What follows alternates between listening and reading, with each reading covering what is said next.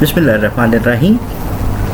हम कंटिन्यू कर रहे हैं जी selection process, that is chapter number 7 of human resource management by Stephen P Robinson DeCenzo. हमने लास्ट लेक्चर में सिलेक्शन प्रोसेस के ऊपर बात की और उसके 8 स्टेप्स को देखा कि how these 8 steps contribute to the selection of the right person for the right job at the right time and place. अभी हम इसी प्रोसेस की डिटेल में चल रहे हैं और बात स्टार्ट करेंगे इनिशियल स्क्रीनिंग की। What do we understand by screening? Screening के बुनियादी मानी होते हैं छांटी करना। वो ये छांटी करना किसको कहते हैं जी? जब हमारे पास ज़्यादा कैंडिडेट्स हैं और हम उनमें से एक small portion of the candidates हैं उसको हम लेना चाह रहे हैं, तो right person for the right job के लिए हमें स्क्रीनिंग करनी पड़ेगी। मीन्स जो हमारे पास एक एप्लीकेंट पूल था उसको कट डाउन करना पड़ेगा टिल द रिक्वायरमेंट। जैसे फर्स्ट करते हैं, अगर हमारे पास एप्लीकेंट पूल 15 लोगों का बना और हमें 2 की रिक्वायरमेंट है, तो we have to cut it down to the 2 persons. तो उसके लिए हम स्क्रीनिंग करते जाएंगे। इस स्क्रीनिंग के प्रोसेस में हमारे पास 2 ऑप्शंस होते हैं, which is also considered as the first step of the selection process. पहला स्टेप हमारे पास जो स्क्रीनिंग के बीच में आता है वो है स्क्रीनिंग ऑफ इंक्वायरीज, और दूसरा स्टेप हमारे पास जो आता है that is screening interviews. So in 2 तरीक़ाकार को हम यूज़ कर सकते हैं in order to cut down the applicant pool. अब स्क्रीनिंग ऑफ इंक्वायरीज से हमारी क्या मुराद है? हर इंडिविजुअल जो हमारे पास है उसके कुछ क्रेडेंशियल्स हैं। ये क्रेडेंशियल्स उसके किसकी बेस के ऊपर बने हैं? उसके बैकग्राउंड की बेस के ऊपर बने हैं, उसकी एजुकेशनल एक्सपीरियंस एट्सेट्रा। सो ऑर्गेनाइजेशन एलिमिनेट कर सकती है कुछ कैंडिडेट्स को बेस्ड अपॉन जिस जॉब के लिए वो इसको हायर करने की कोशिश कर रहे हैं, उस जॉब का डिस्क्रिप्शन क्या है और उसकी स्पेसिफिकेशंस क्या है। सो अगर एक इंडिविजुअल उस डिस्क्रिप्शन को परफॉर्म करने के लिए उस स्पेसिफिकेशन के मुताबिक नहीं होता, तो हम क्या कर सकते हैं?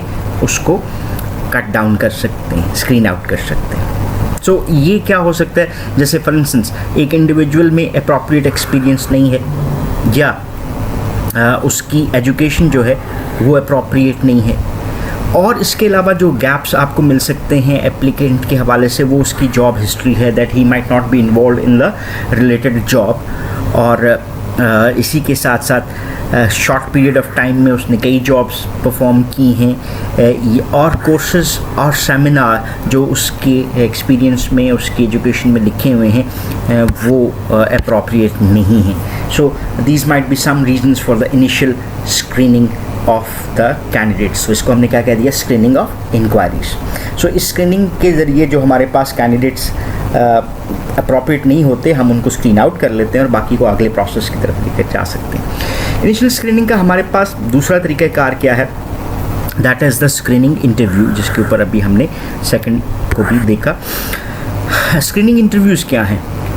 हमारे पास instead of going for the detailed comprehensive interview, हम क्या करते हैं? एक शॉर्ट स्क्रीनिंग इंटरव्यू रखते हैं जिसमें हम अपनी जॉब को डिस्क्राइब कर देते हैं। किसको? कैंडिडेट को। So this has happened with me as well कि एक जॉब के लिए अप्लाई किया और उस जॉब की कुछ इन्फॉर्मेशन जो है कंप्लीट नहीं थी, and I went for the interview, and ultimately when I was involve in that interview and I came to know कि this is not an appropriate job जिसके लिए मुझे इंटरव्यू देना चाहिए था। अगर वही चीज़ें अगर एक इनिशियल स्क्रीनिंग इंटरव्यू में डिस्कस की होती तो मेरा टाइम, ऑर्गेनाइजेशन के रिसोर्सेज, तमाम चीज़ें सेव की जा सकती थी। सो हम डिटेल डिस्क्रिप्शन दे देते हैं जॉब के हवाले से कैंडिडेट को, ताकि कैंडिडेट ये देख सके कि क्या उसको इस जॉब के लिए कंसिडर करना चाहिए, अप्लाई करना चाहिए। सो ये जॉब डिस्क्रिप्शन इंफॉर्मेशन शेयरिंग जो है फ्रीक्वेंटली इनकरेज करती है कि जो हमारे पास अनक्वालिफाइड पर्सनल्स हैं, ठीक है, या मार्जिनली क्वालिफाइड हैं, वो इस जॉब से क्या करते हैं? They voluntarily withdraw from the candidacy. So इसकी वजह से ऑर्गेनाइजेशन की कॉस्ट जो है वो भी मिनिमाइज हो सकती है। देन इसके लिए हमारे पास डिफरेंट प्रोसीजर्स हो सकते हैं, लाइक हम स्क्रीनिंग इंटरव्यूज़ कर सकते हैं, शॉर्ट स्क्रीनिंग इंटरव्यूज़, और ये कौन से इंटरव्यूज़ हैं? They might be conducted telephonically, या जैसे आज के इंटरनेट के ज़माने में हम इसको स्काइप इंटरव्यू की सूरत भी दे सकते हैं। सो कैंडिडेट का रेलेवेंट एक्सपीरियंस और इन चीज़ों को जज किया जा सकता है और उसी की बेस के ऊपर डिसाइड किया जा सकता है कि whether the candidate should be processed through the further step और not.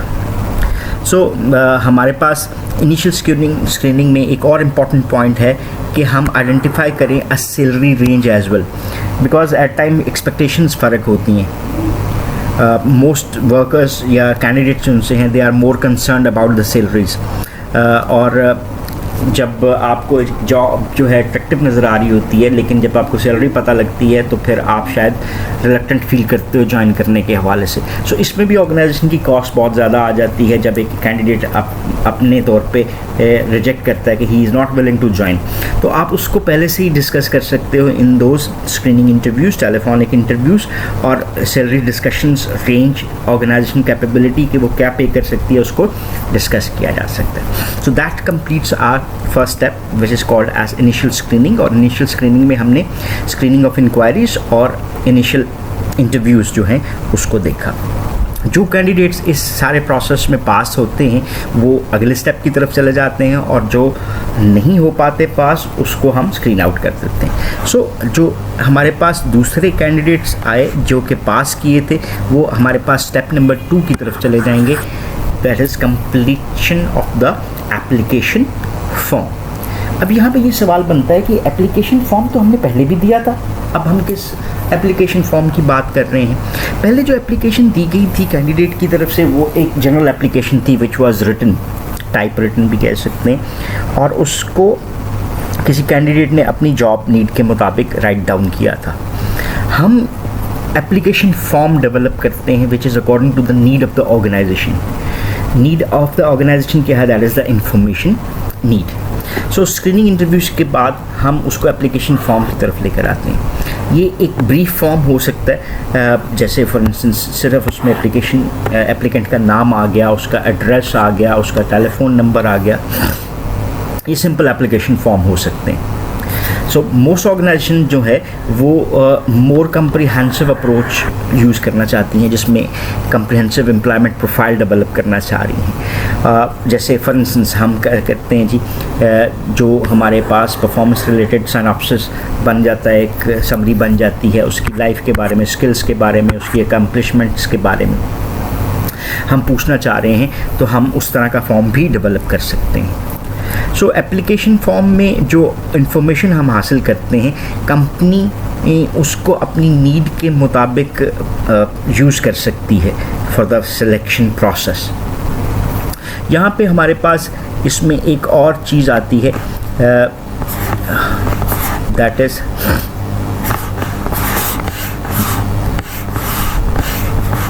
dated application forms. This is another type of a form जिसमें हम different types of information को weights allocate कर देते हैं। अब ये weight allocation process क्या होता है? Just take example कि हमारे जो भी जॉब है उसका JD बना हुआ है और उसका JS बना हुआ है। JD describes a job, specifications describes about the minimum requirements of a job.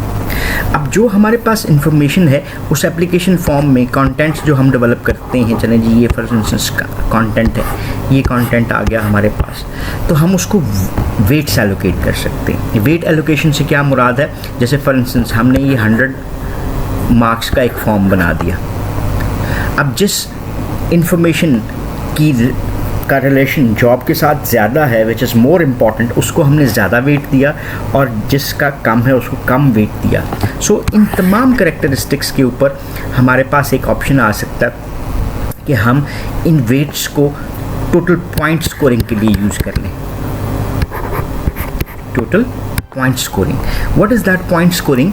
कि जो भी कैंडिडेट एज अ होल इन तमाम एप्लीकेशन की जो हमारे पास डिफरेंट कैटेगरीज बनी हैं उसमें ज़्यादा पॉइंट्स लेता है। जस्ट फॉर इंस्टेंस एक एम्प्लॉय ने 92 स्कोर किया, एक और ने 88 किया है, एक ने 72 किया है। इसका मतलब है 92 स्कोर वाला is the most appropriate candidate जो कि उस वेटेड एप्लीकेशन फॉर्म के मुताबिक हमें नज़र आता है, which has those required knowledge, skills, abilities, education, experience, other characteristics कि वो जॉब के लिए मोस्ट अप्रोप्रिएट हो सकता है। सो वेटेड एप्लीकेशन फॉर्म्स का यूजेज भी आपको काफ़ी ज़्यादा नज़र आता है।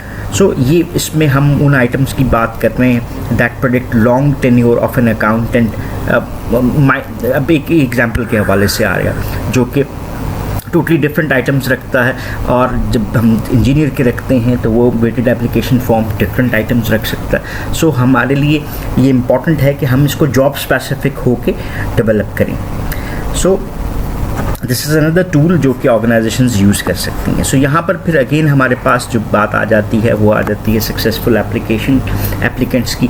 इसमें हम ये कट पॉइंट लगा सकते हैं लाइक 90 स्कोर वाला, इससे अबव और 80 स्कोर और इससे अबव वाले, और 70 और अबव वाले 60। अब ये कट पॉइंट जो मैंने लगाया उसमें anyone who scores higher than this specific cut point might be considered as the successful applicant, और अगर वो इससे कम स्कोर करता है तो हम उसको स्क्रीन आउट करना चाहें तो वो कर सकते हैं। सो ये हमारे पास आ गया सेकंड स्टेप, जिसमें हम सक्सेसफुल जो एप्लीकेंट्स थे उनको अगले प्रोसेस में ले गए। यहाँ पे हमारे पास care should be taken to ensure that application items are validated for each job. जैसे हमने पहले बात की, इंजीनियर के लिए डिफरेंट है, अकाउंटेंट के लिए डिफरेंट है, और बेसिकली ये हमारे लिए एक प्रेडिक्टर होता है, और ये प्रेडिक्टर्स उनसे हैं ये स्टेबल नहीं रहते। फॉर इंस्टेंस कुछ साल कुछ महीने डिफरेंट जॉब्स पे डिपेंड करता है, और इन चीज़ों को प्रेडिक्टर के तौर पे लेने के लिए हमें स्पेसिफिक टू द टाइम होना पड़ता है, because they might change over time, और इन आइटम्स को हम कॉन्टीन्यूसली रिव्यू करते रहते हैं और इसको फिर रीडेवलप भी करते रहते हैं। So management should be aware कि एप्लीकेशन इंफॉर्मेशन जो है वो ट्रू बेसिस के ऊपर हो, और देन उसकी इन्वेस्टिगेशन यानी बैकग्राउंड इन्वेस्टिगेशन से उसकी सपोर्ट भी दी जा सकती है। So this lecture concludes our 2 steps, जिसमें हमने इनिशियल स्क्रीनिंग के ऊपर बात की और फिर हमने completion of the application forms को देखा। So if you still have any question और क्वेरीज तो आप कमेंट सेक्शन में सवाल पूछ सकते हैं। So thank you very much for watching this lecture. Have a nice time. अल्लाह हाफिज़।